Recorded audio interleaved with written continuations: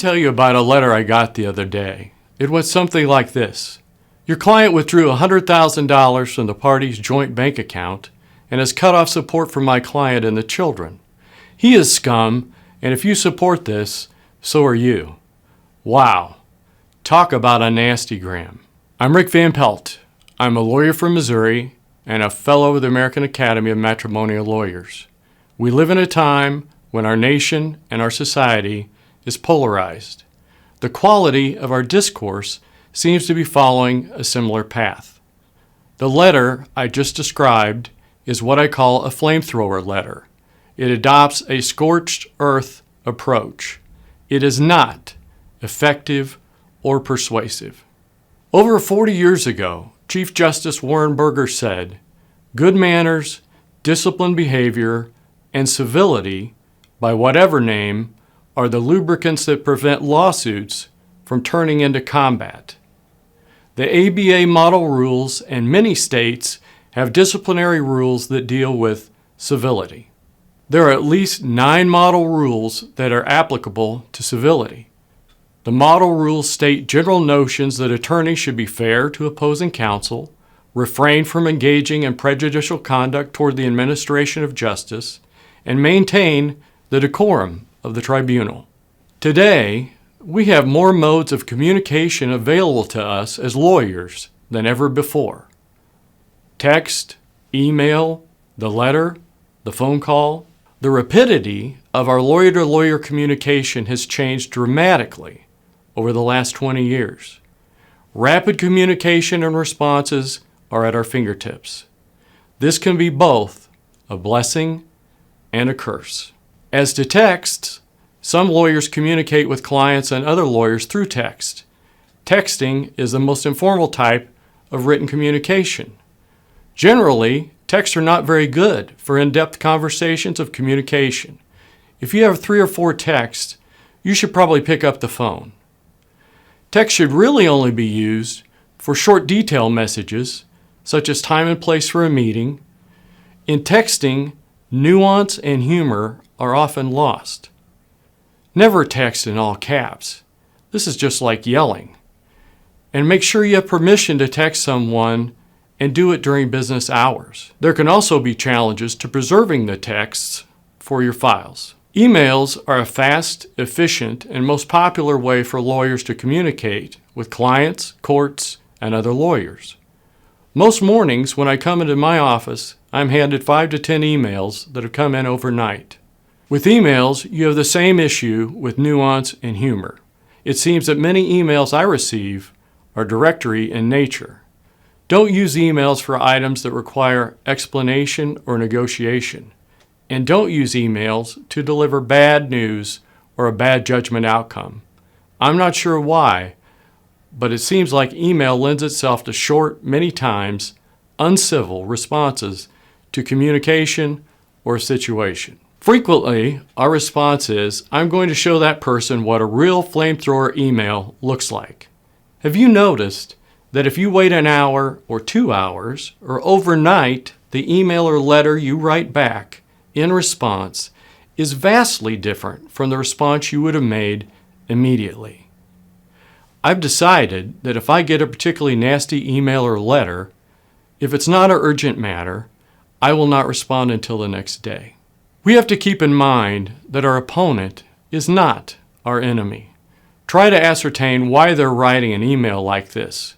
You can be strong and factual without resorting to nasty or overly aggressive tactics. Remember, emails last forever. And be careful not to hit the reply all button. Sometimes I want the formality of an actual letter with my signature to be sent.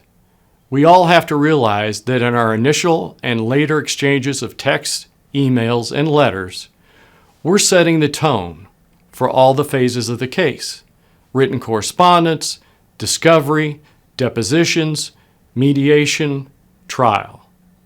It's easy to poison the well early in the process and drastically decrease the likelihood of a non-trial resolution. I like to send a letter early in the case acknowledging the representation and indicating that I look forward to working with counsel. Sometimes I really do. Sometimes I really don't. You're setting a tone.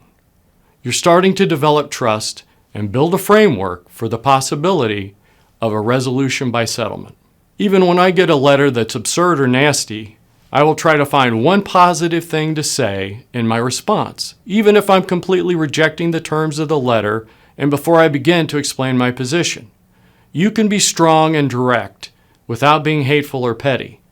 Sometimes I think lawyers write these incendiary emails and letters because they're insecure, or they're trying to show the client how tough they are. If you're really a strong lawyer, your courtroom reputation should precede you, and there is no need to write emails or letters to prove it. Sometimes clients will direct you to send an aggressive email or letter. I let them know that I write my own written correspondence and why. When you are constructing an email or letter, it's better to say, "My client indicates that your client did this," and not, "Your client did this." I wasn't there. I don't know exactly what happened. If you're sending a letter with a threat of filing a motion if conduct is not corrected, you should mean it. Otherwise, people will conclude that you don't mean what you say. What has happened to the telephone? Has it gone the way of the phone booth? Many of the issues set out in our texts, emails, and letters could be simply resolved or significantly resolved if we would just talk to each other. There are attorneys who will not return my phone call. I think this is damaging to the client, the case, and in some cases, it's unethical. We are trying to establish a relationship with our opposing counsel and create a framework for trying to resolve the issues of the case. Stephen Covey, in his 7 Habits of Highly Effective People, labeled habit number 4, think win-win. I want to win, and I want you to win too. When we employ this strategy, we increase the likelihood that we will eventually reach a satisfactory resolution. No client is worth burning your professional relationships. Clients will come and go, but you will, in all probability, be dealing with the same group of lawyers for years to come. The approach you take will become part of the common law of what they think and remember about you for future dealings. I acknowledge that some lawyers are jerks, and you're probably never going to change them. The Rambo approach is just the way they roll. However, you may change the outcome of your case by the way you respond and treat them. I acknowledge that there are lawyers who may not agree with this approach. Critics of this approach argue that civility can encroach on the traditional ethic of zealous representation. I would ask, do civility and providing zealous representation have to be mutually exclusive? I think you can be a very strong advocate for your client and his or her position while being civil to your opponent. I consider myself a strong and aggressive trial lawyer and a strong advocate for my clients at all stages of the case and at trial if the case goes that far. But there is no reason that you cannot set and maintain a civil tone. In lawyer-to-lawyer communication, you have many tools to select from to communicate. You also have many choices as to how you communicate, the tone, and the content. We should all make our communication decisions with the end game in mind. We can all benefit from some self-examination as to whether our communication methods, techniques, and content are actually advancing our client's interest in our cases.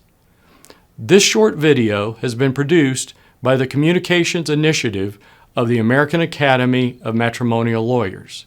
The AAML Communications Initiative is a multidisciplinary team of lawyers and mental health professionals who are studying where communications succeed and where they fail. We are engaged in this study in order to become better, more persuasive lawyers and to be better human beings as well for our clients, our families, and our communities. Thank you.